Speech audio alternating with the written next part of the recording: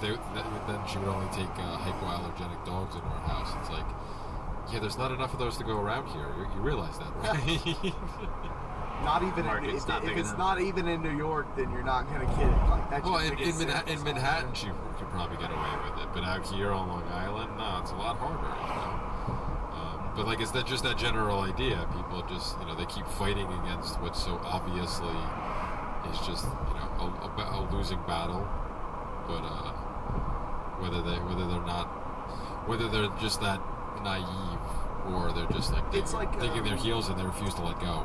They do recognize the issue, but they just keep pushing forward because they're like, what's the sunk cost fallacy? Is that the one I'm thinking of? Where you've already put that much time, effort, money. I can't give up now. That's the one, right? Yeah. We can't give up on a good idea. Yeah, that type of thing is what I'm talking about. Well, I forgot what I was going to say, but what's your thoughts on that, Dave?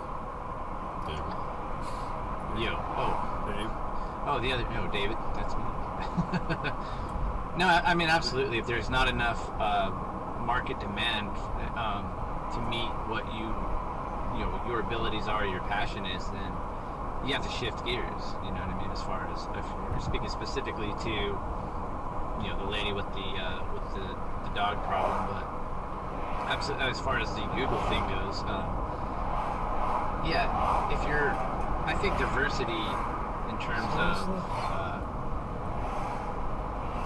forcing is the problem. Right. Just diversity in terms of gender or race or background is a strength if it's organic or if it benefits the business naturally, right? But when you try to force it through quotas or what have you, then it can take a really bad turn.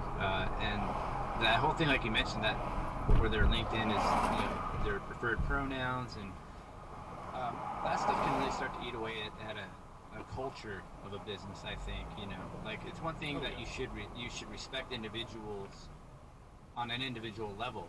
Like respect your coworkers, respect your. But if you're gonna slip up and post the wrong thing and get fired for it, it's like, man, come on, it's really a chore, guys. I don't know if I call Charlie Zer and Sheila Zim and like guys, come on, keep up here. We're trying to get work done. It's like the idea of actual work needs to get done is gone, and the idea of morale behind the actual workers that actually make things happen matters. Like that's just gone in corporate world. Yeah, and if your employees are too worried about keeping their job, lest they slip up and insult somebody, they're not going to be focused on being productive, to creating a better product or service. It becomes this kind of cancerous culture inside that business, and I think it'll eventually hollow it out or decrease its efficiency, and eventually somebody will come up and take more of a bigger role or market share away from them. So, I think it is a balancing act. You want to be respectful of each individual's wishes and choices, but at the same time, not let it run away so far that it destroys your business, which it sounds like, because it's kind of the road Google's going down if this is what they're doing when an employee writes a fairly reasonable and logical rebuttal to their critique practices. We've noticed the censorship on our stuff. So if they're censoring us, then they're definitely censoring their employees. The first 20, 30 episodes we put out of this podcast on YouTube, increasing views. And it was like right when we were about to kind of break it, it was like boom, killed them, and nothing changed except for algorithms. And that's happened on Facebook. That's happened on Twitter. That's not true. Lots actually changed, but I get your point. We switched. We've been stifled and stymied.